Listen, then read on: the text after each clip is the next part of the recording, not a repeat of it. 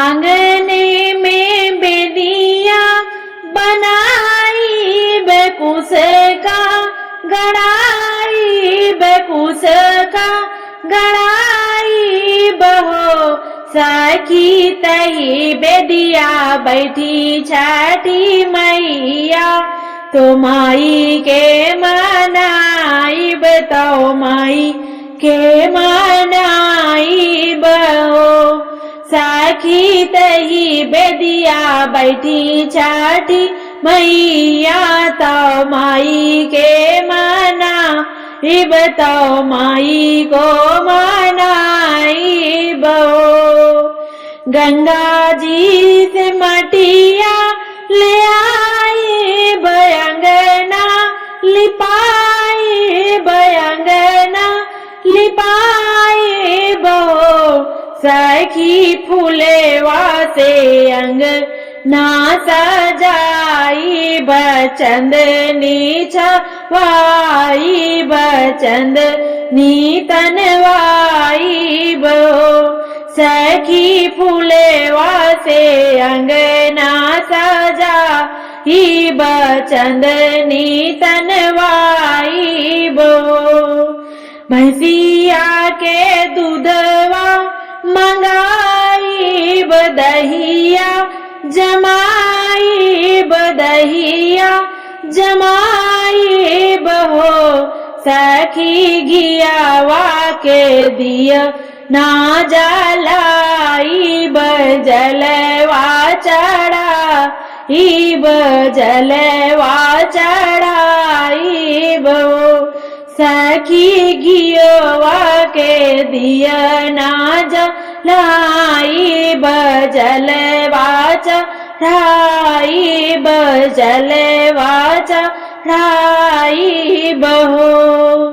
गोतिनी दया दीनी बोलाई बगीती या गवाई बगीतिया गवाई बहो सखी छठी मैया दे लीलनवा मैया के पैया लागब सोहरी पैया लागब हो सखी छठी मैया दे लीलनवा मैया के पैया लागब सोहरी पैया लागब हो।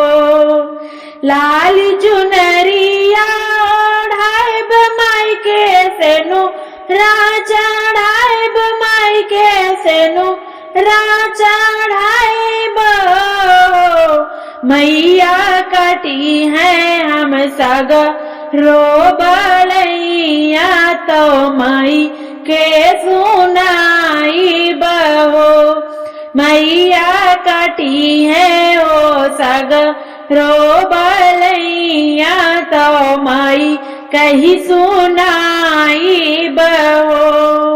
दहिया महुआ के भोगावा लगाई बमाई के चावर डोलाई बमाई के चावर डोलाई बहो सखी माई के देखी के सूरतिया हिया में बसाई बहो सखी माई के देखी के सूरतिया हिया में बसाई बहो।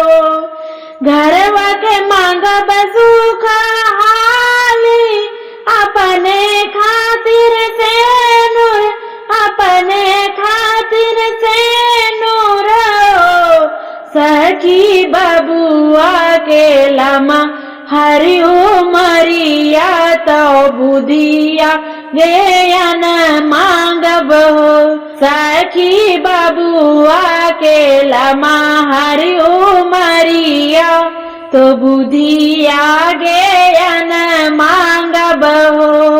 सालो साल भूख बरतिया तो अपने ललन खातिर अपने ललन खातिर हो सखी मैया यही है हमारे गनवा सपन मोर पूरा करी है हो। सखी मैया यही है हमारे गनवा सपन मोर पूरा करी है हो। फूल रखी है माया चारा तो से नूरा सलामत रखिए से नूरा सलामत रखिए हो। हे छठी मैया पूजले तो री चरनिया तो हर दम चरनिया के पास राखे हो।